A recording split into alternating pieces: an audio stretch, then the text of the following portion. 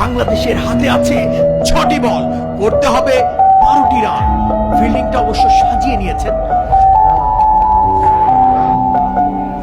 এবার কিন্তু বল করলেন বোলার, দুর্ভাগ্য বাংলাদেশের, আউট হয়ে গেলেন শরীফুল ইসলাম।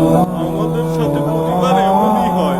ঠিকই কইছেন, 140 রানে 1 উইকেট, অথচ দেখেন 290 রান হইতে 8 উইকেট পড়ে গেছে।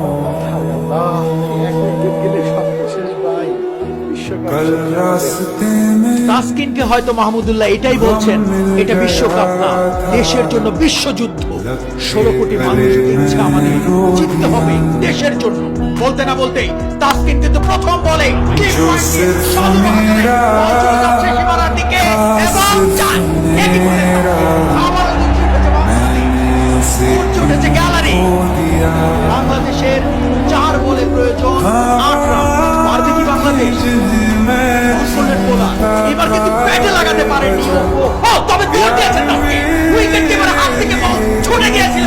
যতক্ষণে বল ছুড়ে মারলেন উইকেট কিপার, তার আগেই কিন্তু ঝাঁপিয়ে পড়ে মাহমুদুল্লাহ রিয়াদ সম্পূর্ণ শরীরটাকে নিংড়ে দিয়ে ঝাঁপিয়ে পড়লেন। তিনি জানেন এই যুদ্ধে জেতাতে হবে বাংলাদেশকে, আমাদের বাংলাদেশকে।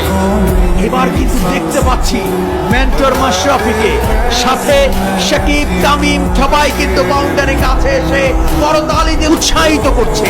তুমি পারবে, তুমি পারবে মাহমুদুল্লাহ, তোমার হাত ধরে আসবে জয়, আমরাও বিশ্বাস করি। 3 বলে বাংলাদেশের প্রয়োজন 7টি রান। বোলার কিন্তু বল করলেন, মাহমুদুল্লাহ উড়িয়ে মেরেছেন, ফিল্ডার কিন্তু দৌড়ে এসে ধরে ফেললেন। তৎক্ষণে কিন্তু 2 বারের মতো জায়গা পরিবর্তন করে, অর্থাৎ 2টি রান বল। বাংলাদেশকে জিততে হলে প্রয়োজন 2 বলে 5 রান। সবাই কিন্তু যার যার জায়গায় সৃষ্টিকর্তার নিকট প্রার্থনারত, আমরাও তাই। বল করলেন বোলার, আবার কিন্তু ডট বল হয়ে গেল, অর্থাৎ শেষ বলের সমীকরণ 5 রান। এই টুর্নামেন্টের শেষ বলে জিততে হলে 6টি রান।